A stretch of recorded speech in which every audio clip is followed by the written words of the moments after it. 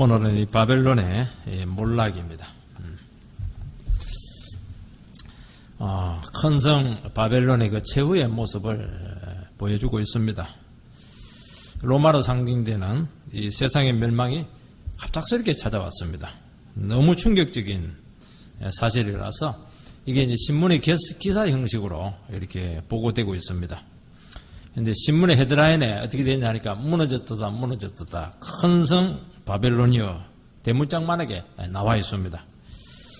그리고 나서는 왜 무너졌는지, 또 무너진 결과가 어떻게 되었는지, 또 멸망에 대해서 주위 나라와 사람들의 반응을 탁도로 분석해서 기사화하고 있는 것을 알 수가 있습니다.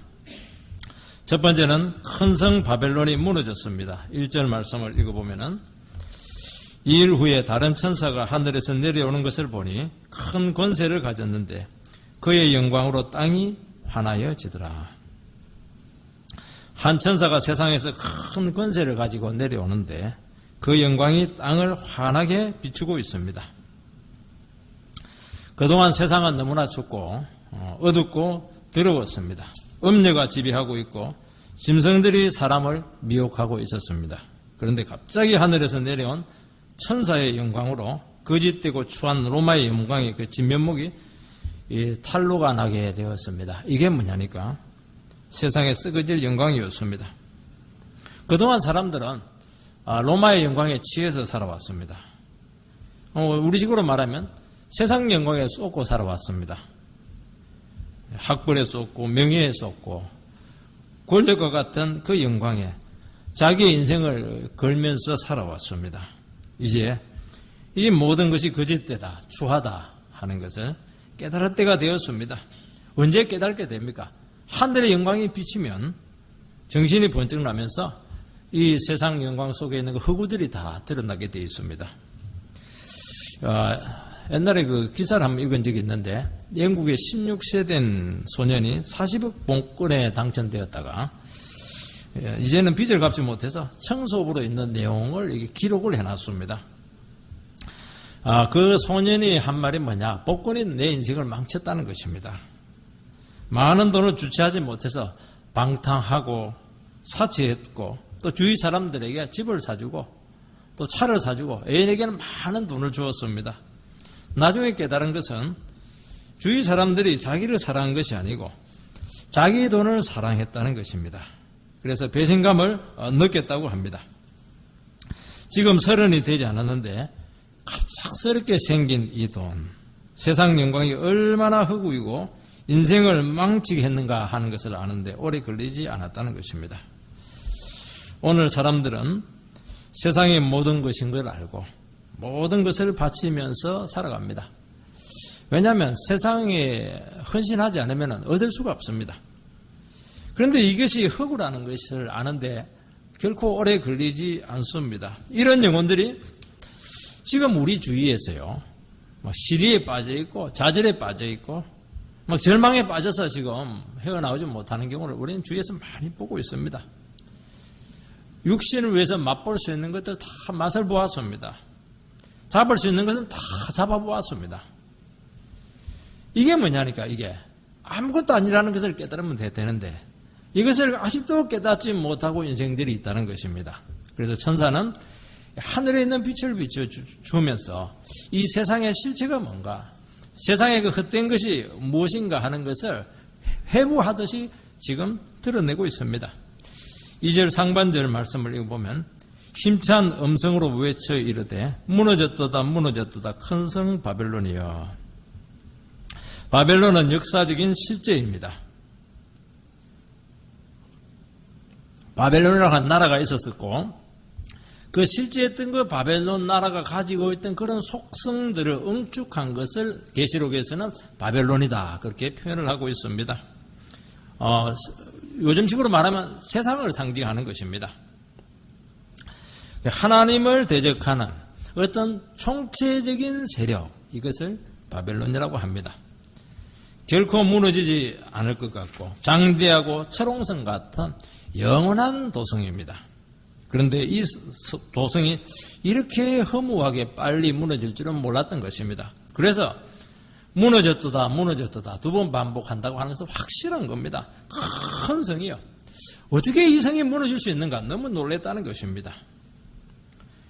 지금 초대교회에서 신앙생활하는 성도들은 로마가 아직 건재한데도 불구하고 무너졌다고 단정하는 것은 로마의 멸망을 지금 기정사실화하고 있는 것입니다.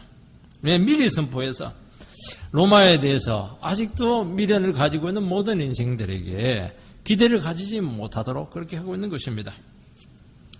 오늘 우리들이 살아가는 세상은 무시한다고 해서 무시할 수 있는 것이 아닙니다. 모든 것이 세상에 다 있고 공룡처럼 커지고 있고 세상의 실상 앞에서 저절로 탄생이 나오게 되어 있습니다. 그런데 그 바벨론의 멸망을 기정사실화하는 것만으로 충분하지가 못합니다. 무너졌다 무너졌다. 왜냐하면 지금은 너무나 건재이기 때문입니다. 지금은 너무나 유혹적으로 우리 속에 있기 때문입니다. 그래서 우리가 이 세상에서 믿음으로 살고 세상을 따라가지 않는다. 그런 결심만으로 우리가 이 세상을 이길 수 있느냐. 거기에 대해서 장담을 하지 못한다는 겁니다. 그래서 우리는 어떻게 해야 되느냐. 눈이 참 중요합니다. 본질을 볼 수 있는 눈이 필요하고 실체를 볼 수 있는 눈이 있어야 됩니다. 왜냐하면 이 실상은 숨겨져 있습니다. 화려한 것 뒤에 겉모습에 가려져 있기 때문입니다. 그런데 문제는 뭐냐니까 이 진면목을 보는 것이 참 어렵습니다. 우리가 사람들 겉모습은 볼 수 있는데 그 사람들의 그 속을 보는 것은 그렇게 어렵습니다. 왜 어렵습니까? 살아봐야 되고 겪어봐야 되고 시간이 지나봐야 되고 모든 것을 다 한번 이렇게 경험해봐야 그때 알 수 있는 것입니다. 그래서 우리는 살아있는 동안에는 모든 사람을 알 수가 없습니다. 딱 주님 앞에 가야 알 수 있을 정도로 참 진면목을 보는 게 그렇게 쉽지 않다는 것을 알 수가 있습니다. 여러분 세상을 따라갈 때는 세상을 알 수가 없습니다. 믿음을 딱 가지고 한번 세상에서 살아보면 부딪혀 보면은 세상에 대한 진짜 한번 맛을 보게 됩니다. 이렇게 말씀을 싫어하고 이렇게 진실을 싫어하고 이렇게 이기적인가 하는 것을 한번 믿음으로 한번 실천을 하려고 해보면 알 수가 있습니다. 그래서 세상에서 한번 진절머리를 내보면은 세상에 대해서 소망할 수 있는 것, 기대할 수 있는 것이 아무것도 없다는 것을 알게 됩니다. 그래서 현실을 제대로 한번 맛봐야 됩니다. 그래서 성도들은 어떤 사람을 성도들이라고 하느냐 하면은 이 세상에 대해서 한번 뒤어본 영혼들입니다. 완전히 진절머리가 나보고 정말 한번 뒤어보고 완전히 망해보고 이런 사람들 한번 보면은 세상이 얼마나 살벌하냐, 얼마나 무심하며 얼마나 무정하고 이기적이고 정말 사악한가 하는 것을 우리는 알 수 있게 되고 그때 말씀을 딱 보면 그 말씀이 이제 우리에게 들어오기 시작합니다. 근데 세상이 우리 마음속에 있고 그걸 막 따라가려고 하고 이렇게 하다 보면 말씀이 절대로 우리에게 들어오지 않습니다. 근데 진짜 소망이 세상에 없다 하는 것을 알면요. 말씀 이것이 생명주로 이게 영광이에요. 이게 진짜라는 것을 알게 됩니다. 그렇게 해서 우리가 세상의 실체를 안다는 것입니다. 여러분 크리스찬들은 세상에 대해서 긍정적이고 은근히 기대하며 살아가는 그런 경향들이 있습니다. 세상을 믿고 투자했다가 한번 망해보고야 깨닫게 됩니다. 세상은 결코 손해를 보지 않습니다. 뭔가 줄 것처럼 하지만 그것은 다 미끼입니다. 하나 주고 5개를 가져가는 곳이 세상입니다. 덥석 물었다가 얼마나 많은 곤욕을 치르게 되는지 우리는 알게 됩니다. 그래서 어떻게 해야 됩니까? 세상에 대해서 미리미리 실체를 알고 욕심을 버리고 하나님께서 주시는 능력으로만 살겠다.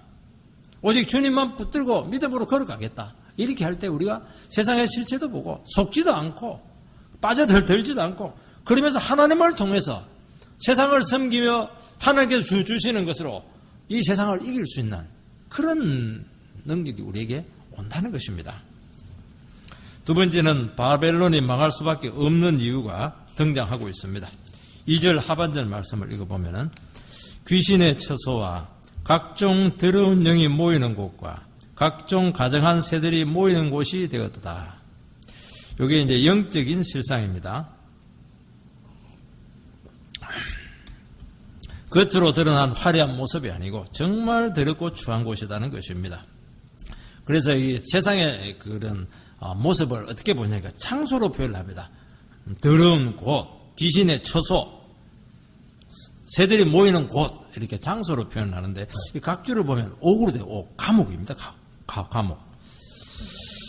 이 지금 예수 믿는 사람들도 그렇고 세상 사람들도 지금 선망의 대상으로 지금 바라보고 있는 그곳이 실제로는 감옥이었습니다. 오늘날 사람들은 참 대기업을 이제 선망의 대상으로 여기고 있습니다. 근데 제가 일을 많이 시켜요. 그러니까 대기할 시간이 없습니다.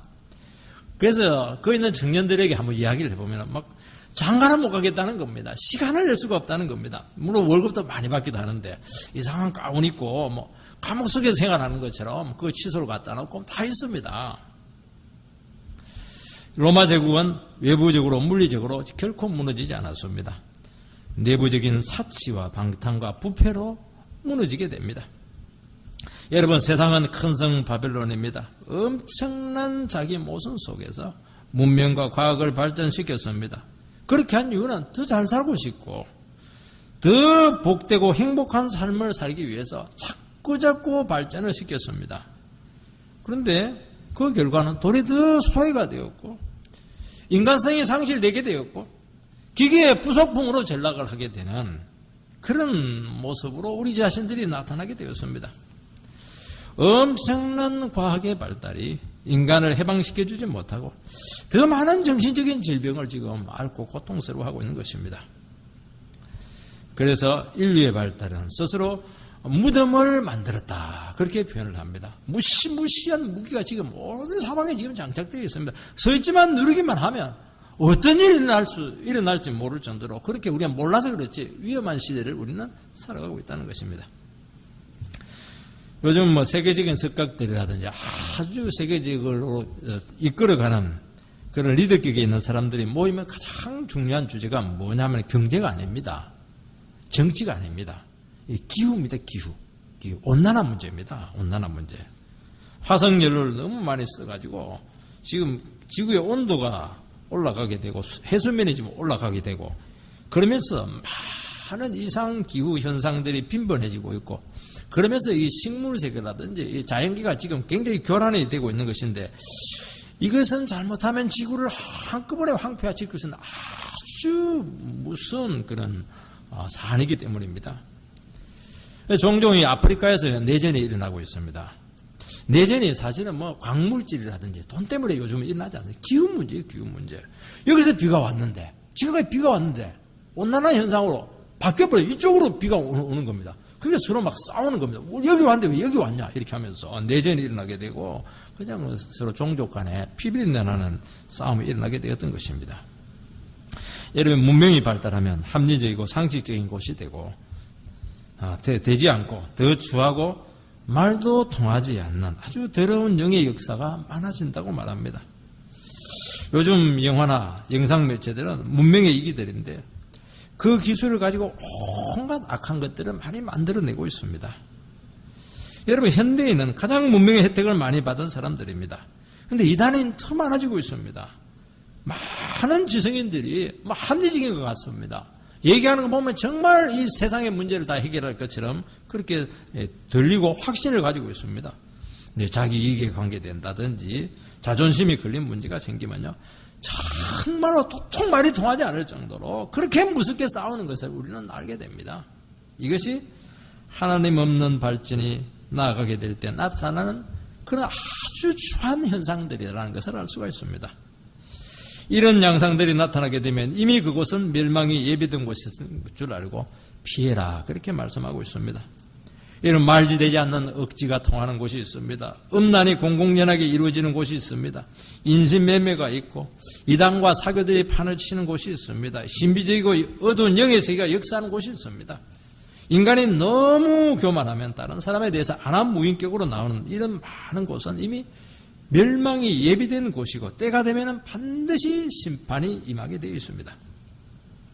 3절 말씀을 읽어보면 그 음행의 포도주의 진노의 포도주로 말미암아 만국이 무너졌으며 또 왕들이 땅의 왕들이 그와 더불어 음행하였으며 땅의 상인들도 그 사치의 세력으로 치부하였도다 하더라. 음행이라고 하는 것은 하나님 위에 붙들고 있는 그런 가치들을 이야기합니다. 로마는 거대한 우상숭배 온상이었습니다. 우상숭배가 무서운 이유가 뭐냐면은 우상에게 한번 절하면은 영혼이 노예가 됩니다. 그리고 정신이 흐려지게 돼 있고 분별력을 잃게 돼 있고 음행에 빠지게 됩니다. 땅의 왕들이 그로 더불어 음행했다고 하는 것은 정치가들 아닙니까?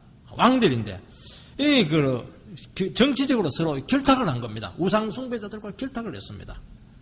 왜냐하면은 우상숭배하지 않으면 황제 숭배 안 하면 왕의 지위를 누릴 수가 없습니다. 그리고 적극적으로 우상을 퍼뜨려야 됩니다. 땅의 상인들은 로마 제국과 경제적으로 연결된 관계에 있는 어떤 사람들, 세력들입니다. 그러니까 경제적으로 살아남으려고 하면은 어떻게 됩니까? 로마는 거대한 사치시장입니다. 그걸 두고 따내야 됩니다. 이권을 따내야 됩니다. 거기서 떼돈이 나오는 것입니다. 그러니까 어떻게 하든지 로마와 연결이 돼야 됩니다. 그런데 이 로마가 무너지게 되면서 그 연결고리가 완전히 끊어지게 되었습니다. 우리나라 경제 구조가 중소기업 위주가 아니고 대기업 구조로 되어 있습니다. 하나의 자동차가 만들어지기 위해서는 수천 개의 하청업체들이 밑에 줄줄이 있습니다. 그 밑에 이렇게 되어 있습니다. 근데 만약에 자동차가 탁 무너지게 되면은 그 밑에 있는 많은 전부 다 하청업체가 다 무너지게 되어 있습니다. 그러면서 막 통곡하게 되는데 이것은 회계의 통곡이 아니고 경제적인 손실이 너무 커서 우는 것입니다. 여러분, 당시 사람들의 사치는 오늘의 사치와 달랐습니다. 오늘의 사치는 아르마니, 구찌 이런 것들 명품들이고 이렇게 하는데 그 당시의 사치는 이게요, 부를 상징하고 명예를 상징했고 명성과 권력을 상징했습니다. 그 로마의 사치는 그걸 달했습니다. 그래서 이 사치를 정대시키기 위해서 이 속국제를 엄청나게 착취를 했고 과도한 세금을 조달했고 많은 노예들을 그들은 동원을 하게 되었던 것입니다. 그러니까 나중에 되면 귀족들은 조금인데 그 로마 사회 안에 노예들이 거의 한 7, 80%를 차지할 정도로 그렇게 많았습니다. 그 이유가 뭡니까? 일부의 귀족들을 만족시키기 위해서 그렇게 많은 어두운 그림자들이 생겼다는 것입니다. 세상의 자본주의도 마찬가지입니다. 오늘날 이 세계화를 부르짖고 있는데 사실은 하루에 1달러도 벌 수 없는 그런 세계인들이 딱 2분의 1입니다. 미국의 빌 게이츠는 자기 꿈이 뭐냐? 세상에 있는 인생들을 공평하게 하는 것이다. 그렇게 해서 이 부를, 재단을 설립해서 나누는 그런 일을 합니다. 이제 이건 뭔가를 좀 아는 것이죠. 그런데 여전히 로마 제국은 이런 논리가 아니고 쌓는 것이고 자꾸 과시하는 것이고 사치하는 것입니다. 오늘 세상은 인간을 행복하게 하는 것이라고 하면은 모든 것을 다 빨아들입니다. 조금도 불편한 것을 참지 못하고요. 점점 편해지고 있고, 옛날에는 리모컨 생겼을 때 얼마나 놀랐습니까? 가가지고 불 한 관 틀어가지고 한참 기다려야 나오고, 텔레비전 나고 탁 누르니까 또 나오니까 너무 신기했고, 좀 있으면 리모컨이 나오니까 너무 놀라고, 요즘은 눈만 깜짝하면 되는 시대가 거의 오게 되었습니다. 점점 이 불편한 것을 참지 못하고 편한 쪽으로 극도의 만족을 추구하는 방향으로 지금 나가고 있습니다. 오늘 세상은 모든 것을 다 가지고 있는 것처럼 사람들을 유혹합니다. 세상은 화려하고 성공과 부와 사치가 넘쳐나는 곳이 되었습니다. 인간 문명의 발달로 수많은 필요들은 채워지고 있는데 영적인 실상은 정반대로 너무 황폐화되고 있습니다.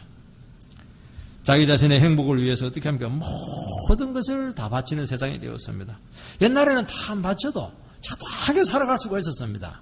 인생을 알게 되었고 행복을 알게 되었고 이웃을 알게 되었고 이웃 사촌이란 말이 우리 어릴 때만 해도요. 그게 늘 쓰는 말이었습니다.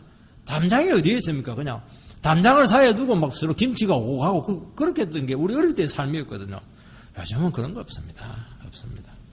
행복을 위해서 그렇게 많은 것을 헌신을 했는데 행복이 없어요. 영적으로도 황폐되어 있습니다. 이런 것에서 우리들은 아무것도 기대하지 않아야 됩니다. 성도들이 세상의 실상을 모르고 뭔가를 얻으려고 하지 않아야 됩니다. 여러분, 세상에 좋게 보이는 것은 다 환상이고 속임수고 하나님의 멸망이 예비된 것들입니다. 출세나 학벌이나 권력이나 인간적인 평안함과 행복은 다 환상에 불과합니다. 여러분, 이곳에 진정한 복이 없고 하나님의 심판은 이미 선포된 곳일 가능성이 많습니다. 그런데 너무나 많은 사람들이 이 세상의 환상에 속고 있다고 말씀하고 있습니다. 그래서 이 성도들은 어떤 존재냐면 이 망할 세상 속에서 이 변화를 줘야 됩니다. 이게 삶의 목적이 돼야 됩니다. 뭔가 다른 세계가 있다는 것을 보여줘야 됩니다. 그래서 똑같이 빠져서 살아가면 안 된다는 것입니다. 세상은 우리가 돕고 섬기고 책임지는 그런 장소이지 그곳에서 뭔가 얻으려고 딱 달려들었다 하면은 똑같은 세상 속에 포함될 수밖에 없습니다. 왜냐하면 거기는 독이 반드시 들어 있습니다. 얘는 반드시 화려한 것 속에서 세상의 영광 속의 문제는 뭐냐니까 그 속에 반드시 죄의 독이 들어 있습니다. 이런 빛이라고 해서 똑같은 빛이 아닙니다. 화장실 같은 데 빛 보면요 아주 안 좋아요. 창녀촌 보면 빛이 일반 정상적인 빛이 아닙니다. 이게 뭔가 안 좋은 음란의 빛이 그 속에 막 들어있는 겁니다. 우리 영혼을 썩게 하고 노예화시키는 그런 발악들이 있는 것입니다. 그래서 우리는 이 세상의 허구를 하나님과 떨어져서 만들어진 그 자기 자신의 필요를 채우는 그런 삶이 얼마나 허구인가 하는 것을 우리는 드러내는 그런 존재고 하나님과 같이 함께 했을 때 그게 진실한 빛이 있고 그게 진실한 인생이 있고 진실한 행복이 있고 진실한 영광이 있다는 것을 우리는 보여줘야 된다는 것입니다. 세 번째는 세상에서 떠나야 됩니다. 바벨론의 멸망은 죄의 수준이 하나님의 기준을 넘었기 때문입니다. 4절 말씀을 읽어보면 또 내가 들으니 하늘로부터 다른 음성이 나서 이르되 내 백성아 거기서 나와 그의 죄에 참여하지 말고 그가 받을 재앙들을 받지 말라. 성도들은 바벨론에서 온갖 성공을 맛본 사람들 속에 섞여 살고 있는데 갑자기 하늘에서 그것을 가능한 한 빨리 떠나라. 그런 하늘의 부름을 받습니다. 세상을 떠나라 하는 것은 산속으로 가라는 것이 아니고요. 세상의 가치관과 죄를 거부하는 삶을 살아가는 것입니다. 철저히 하나님만 의지하고 세상의 헛된 부유와 영광을 버리라는 요청입니다. 거기서 나와서 그의 죄에 참여하지 말라고 하는 것은 성도들이 세상에 포함되어 있는 그 죄에 빠져 있을 가능성이 많기 때문입니다. 나오라는 것입니다. 영적인 잠에 빠져서는 안 된다는 것입니다. 이 신앙생활을 이렇게 하시는 분들 중에서도 이 잠에 빠져 계신 분들이 있습니다. 보면 가치관이 분명하지가 않습니다. 딱 살아있는 성도들을 보면 분명합니다. 딱 말씀입니다. 얘기하는 것이 전부 다 말씀입니다. 그런데 이 신앙생활을 하는데도 불구하고 이게 영적으로 깨어있지 못하는 성도들을 보면 이 세상을 가지고 있는 것인지 말씀을 가지고 있는 것인지 정말 분별이 안 될 때가 너무 많습니다. 왔다 갔다 합니다. 말씀도 좋지만은 세상도 많이 가져야 된다. 물론 하나님께서 주신 것은 참 좋은 것이지만요. 그 말 속에는 상당히 어폐가 있다는 것을 기억해야 돼. 아니죠. 너희는 먼저 그의 나라와 그거를 가지라. 그러면 이 모든 것을 뒤에 주겠다. 이렇게 나와야 되는 겁니다. 똑같이 이렇게 얘기할 수가 없는, 똑같이 얘기하는 것은 이쪽으로 가겠다는 겁니다. 둘 중에 하나입니다. 그게 분명히 해야 됩니다. 하나를 해야 돼. 하나를 딱 선택을 해야 돼. 하나를. 두 개, 세 개 선택을 하면 안 되는 겁니다. 그래서 세상적인 가치가 우리 인생의 목적이 되지 않아야 된다는 것입니다. 여러분, 세상적인 가치가 우리 안에 조금이라도 들어오게 되면은 어쩔 수 없이 세상의 영과 정신과 문화와 어쩔 수 없이 교통해야 되는데 거기는 늘 얘기했지만 죄의 독이, 음란의 독이 꽉 들어 있습니다. 그런데 문제는 보이지 않는 것입니다. 그걸 우리는 마셔야 되고 그것을 함께 연합해야 되고 그것을 사실 나눠야 되는데 결국에는 그쪽으로 따라갈 수밖에 없는 것입니다. 하나님과의 교통은 끊어지게 되어 있고 깊은 영적인 잠에 빠진다는 겁니다. 그래서 우리는 영적으로 깨어있으려고 하면은 세상과 죄를 끊임없이 몰아내고 하나님만 바라봐야 됩니다. 세상과 죄를 몰아내는 방법은 오직 말씀으로 우리 안을 채우는 길밖에 없습니다. 여러분, 바벨론의 죄를 지금 당장 피하라고 말씀하고 있습니다. 지금 음성이 들리고 있을 때 결단을 내리고 철저히 세상과 분리하는 것입니다. 왜냐하면 더 악해질 것입니다. 더 강렬해질 것입니다. 지금 거부하지 못하면 결국에는 거기서 헤어나오지 못하면 너비에 빠져버립니다. 이러면 세상의 가치와 죄는 중독성을 가지고 있어서 스스로 빠져나오지 못하면 초반전에 딱 결단을 내려야 됩니다. 말씀에 들릴 때 딱 그때 최고로 영혼의 상태가 좋을 때 그때 결단을 내려버려야 됩니다.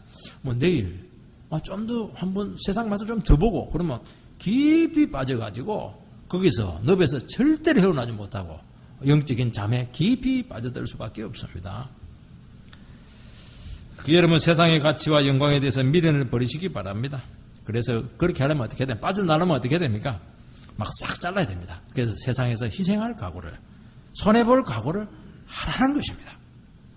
어떻게 단절할 수 있습니까? 방법은 하나밖에 없습니다. 처음부터 새로 시작하는 것입니다. 어린아이처럼 처음부터 말씀으로 시작하는 것입니다. 내 것을 허무고 말씀으로 시작하는 것입니다. 여러분요, 이 세상에 있는 모든 것들은 전부 다 중독성이 있습니다. 그게 놀라워요. 여러분, 이 세상은 죄가 있기 때문에 모든 것은 전부 다 중독성이 있습니다. 애들 손가락 빠는 것도요, 이게요, 요 손가락 빠놓으면 끝까지 이 손가락 빱니다. 요 손가락 빠놓으면 끝까지 이 손가락 빱니다.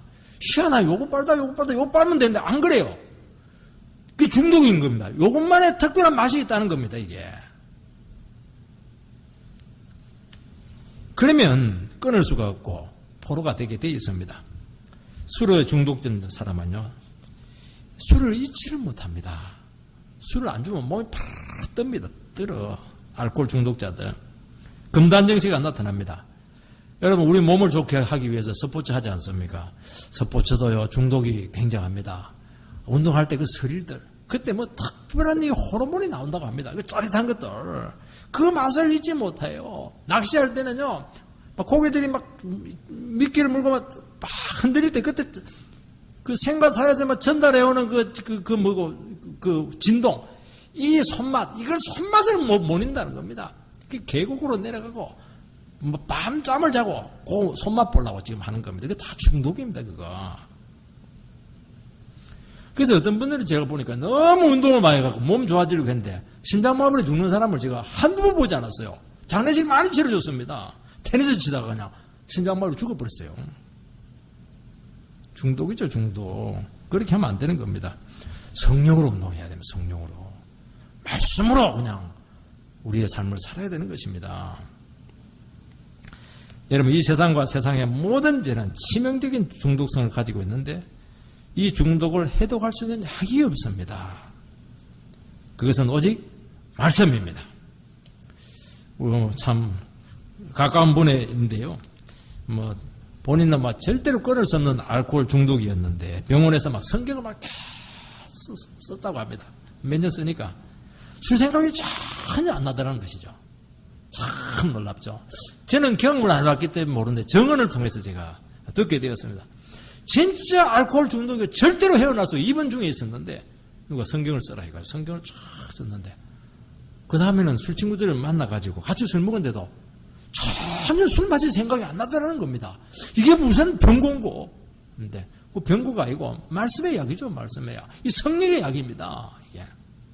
그래서 믿음 생활하고 이렇게 할 때 저는 지금 술도 먹고 담배도 피워가지고 지금 교회 나올 수가 없습니다. 창피해서 냄새도 나고. 이게 와야 끊어집니다. 와서 찬송 드리고 예배 드리고 말씀 듣고 이렇게 하면 자기도 몰라요. 성령의 그냥 약에 그냥 중독이 돼가지고 성령은 중독되는 건 절대 아닙니다. 그건 성령의 역사를 하는 것입니다. 뭐 잊어버립니다. 이게 너무 기쁘고 좋으니까 싹 잊어버리는 겁니다. 말씀을 들으면 중독 증세는 약화되고 특별한 막 쾌감들 영혼 속에서 몰아내게 되고 하늘이 주는 기쁨으로 그 평안들, 이건 놓치고 싶지 않은 것입니다. 세상에 주는 그런 짜릿한 이 맛으로 정말 영원한 평안을 놓치고 싶지 않은 것입니다. 여러분, 세상과 분리되고 단절하는 것은 세상과 담을 쌓으라는 것이 아니고 세상이 우리 안에 들어오지 못하게 하는 것입니다. 세상에 들어오게 되면 하나님의 자녀의 정체성이 사라지게 됩니다. 여러분, 참된 하나님의 자녀의 모습을 가지려고 하면은 어린아이처럼 말씀으로 시작을 해야 됩니다. 신앙에서 어린아이가 되는 것처럼 가장 어려운 것은 사실은 없습니다. 왜냐하면 이미 너무 많은 것을 가지고 있습니다. 너무 아는 것이 많고 똑똑합니다. 하나님 말씀을 이렇게 시작하려고 하면 말씀 외에는 몰라야 되는데 아는 게 너무 많은 겁니다. 하나님 한마디 하면 10마디 합니다. 그러니까 시작이 안 되는 것입니다. 왜냐니까 포기하기 싫기 때문에. 그 세상 맛을 놓치고 싶지 않기 때문에. 그 세상 쾌락이 아직도 지금 미래이기 때문에 안 되는 겁니다, 이게. 그래서 자신의 계획과 소망을 포기하고 말씀을 의지하라고 하면은 당신은 아직 지금 세상을 모르고 하는 말입니다. 그렇게 이야기를 합니다. 그래서 이중적인 크리스찬으로 여전히 세상 속에서 빠져나오지 못하고 참 이 낙심한 가운데 신앙생활을 하고 있습니다. 하나님의 백성들이 물리적으로나 지역적으로 분리될 때는 심판의 때입니다. 그때는 세상이 대단히 위태롭습니다. 노아와 그 가족이 세상에 분리될 때가 언제입니까? 홍수가 나서 방주 안으로 들어가니까 세상은 멸망을 하고 노아 가족들만 구원을 받습니다. 이스라엘 백성들이 홍해를 딱 건넜을 때 애굽은 위기에 빠졌습니다. 거기서 홍해에서 다 수장이 되어버렸습니다. 대단히 위태롭습니다. 세상은요, 하나님의 백성들이 고통을 당하면서도 그들과 함께 있어주는 것이 그들에게는 다행이고 그나마 복이고 기회입니다. 믿지 않는 시집에서도요, 가족 한 사람이 핍박을 받으면서 있어주는 것이 그 가정이 사는 길입니다. 괴롭힘을 당하면서도 예수 믿는 며느리가 있는 것이 그 가정이 복이에요. 그 가정뿐만 아니라 그 가문의 복입니다. 기도해 주죠. 그 사람 때문에 하나님께서는 다른 사람 멸망시키지 않습니다. 참 그 놀랍습니다. 그런데 딱 분리시켜버리면 위험해집니다. 위험해지고 구원받을 때는 구원받고 여기는 멸망길을 가는 것입니다. 그렇게 우리 예수 믿는 사람들은 중요합니다. 세상에 대한 심판은 하나님께서 하십니다. 그래서 하나님의 백성들이 떠나는 것과 또한 떠나는 결정을 내리는 것과 관련이 있는 것으로 말씀하고 있습니다. 여러분, 소돔성의 심판은 의인들이 세상을 떠나는 그 시점에 바로 이루어진, 딱 성문을 나서는 순간 그대로 유황불이 그게 떨어지게 되었던 것입니다. 고난과 핍박 가운데 있더라도 하나님의 백성들이 이 세상 가운데 우리 사랑하는 사람들 주위에 있어주는 것이 이 더럽고 추한 내가 관계되는 그 지역사회에 있어주는 것이 그나마 세상을 보존해 줄 수 있는 길이고, 기도를 통해서 말씀을 통해서 조금이라도 하나님의 은혜가 흘러가기 때문에 그나마 이 세상을 들썩게 한다고 말씀하고 있는 것입니다. 그런 귀한 자리를 지키는 우리 귀한 권속들 되시기를 주의 이름으로 축원드립니다.